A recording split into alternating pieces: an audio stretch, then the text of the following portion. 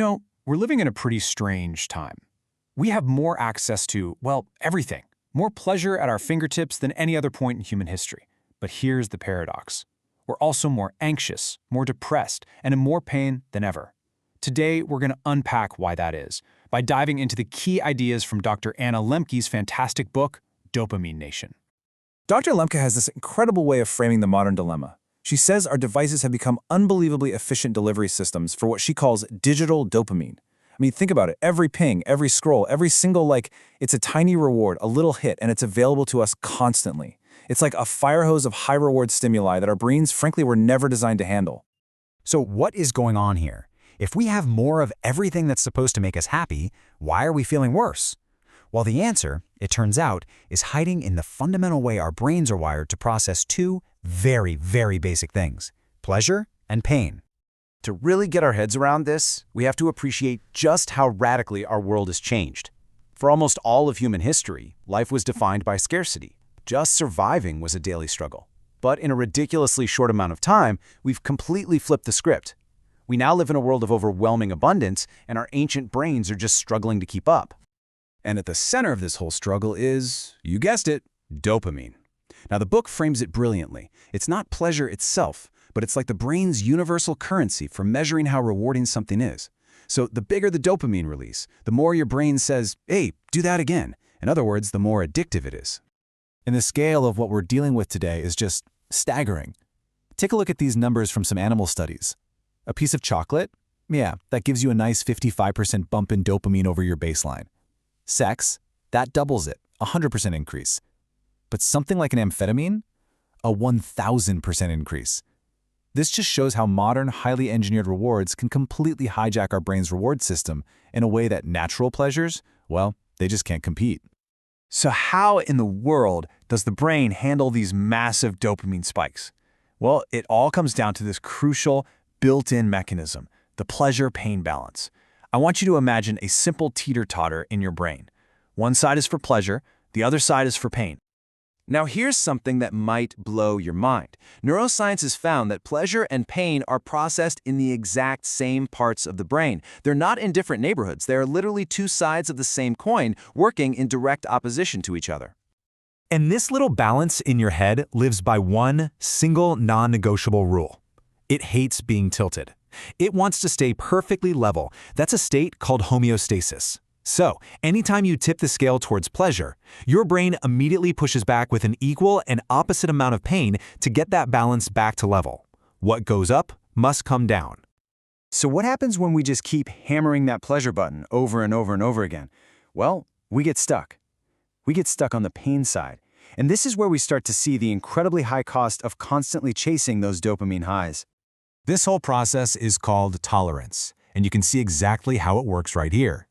The first time you do something rewarding, you get a big spike of pleasure, followed by a small, brief little dip into pain as your balance corrects itself. But with repeated exposure, your brain starts to adapt. The pleasure you get becomes weaker and shorter, while that painful afterreaction, it gets stronger and lasts much, much longer. If you keep this up long enough, you can end up in what Dr. Lembke calls a dopamine deficit state. Your pleasure-pain balance isn't level anymore at its baseline. It's now chronically tilted to the side of pain. And in this state, your ability to feel pleasure from anything is shot, and your sensitivity to pain is through the roof. Everyday things just don't feel good anymore. And this is the central paradox of the whole book.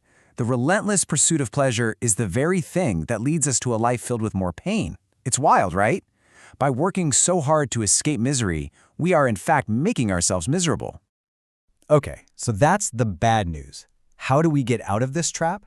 Well, the book offers a really clear, actionable strategy to hit the reset button on this whole system: a 4-week dopamine fast.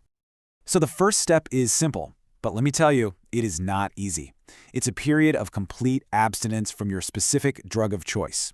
And that term is used really broadly here. It could be social media, sugar, video games, online shopping, literally anything you're compulsively consuming. The goal is just to give your brain's reward pathways a break and allow them to reset to their natural baseline. Now, the book is super specific about the timing. It has to be 4 weeks. Why? Well, because neuroscience shows this is often the minimum time needed for the brain to truly re-regulate itself. A lot of people feel worse, not better, after just 2 weeks. That's withdrawal. 4 weeks is often the real turning point. And just how powerful can this reset be? Get a load of this. The book cites a stunning study of men who had both heavy alcohol use and a diagnosis of major depression. After just 1 month of quitting alcohol, with no other specific depression treatment, a mind-blowing 80% of them no longer met the clinical criteria for depression. It suggests that for many of us, what feels like depression might actually be the symptom of a brain just stuck in that dopamine deficit state. But a reset isn't a permanent fix, right? To maintain that balance in the long term, we need a different strategy, and that is self-binding. I want you to think of these as guardrails you intentionally build for yourself to navigate this world of endless temptation. See, self-binding is all about acknowledging that our willpower, it's a finite resource. It's a strategy where you proactively create barriers between you and your temptation before the craving actually hits. You're basically using your rational mind to protect your future self from your impulsive mind.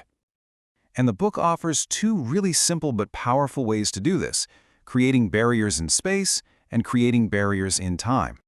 Let's talk about physical barriers first. This stuff is so simple, but so effective. Actually deleting the distracting app instead of just logging out, not bringing junk food into your house in the first place, putting your phone in one of those timed lockboxes. The goal here is to create real physical friction between the urge and the action. And then you've got time limits. These are just rules you create to contain your use within specific windows, like only using social media on the weekends, or setting hard start and end times for checking work email, say never before 9 a.m. or after 5 p.m. This creates a clear finish line so that consumption doesn't just bleed into every moment of your life. So, you see, the key takeaway here is that you can regain control. It's not hopeless. By really understanding the science of this pleasure-pain balance and using these simple, practical strategies, you can find your footing again in this incredibly oversaturated world. And that brings us to the final and maybe the most profound idea in this entire work.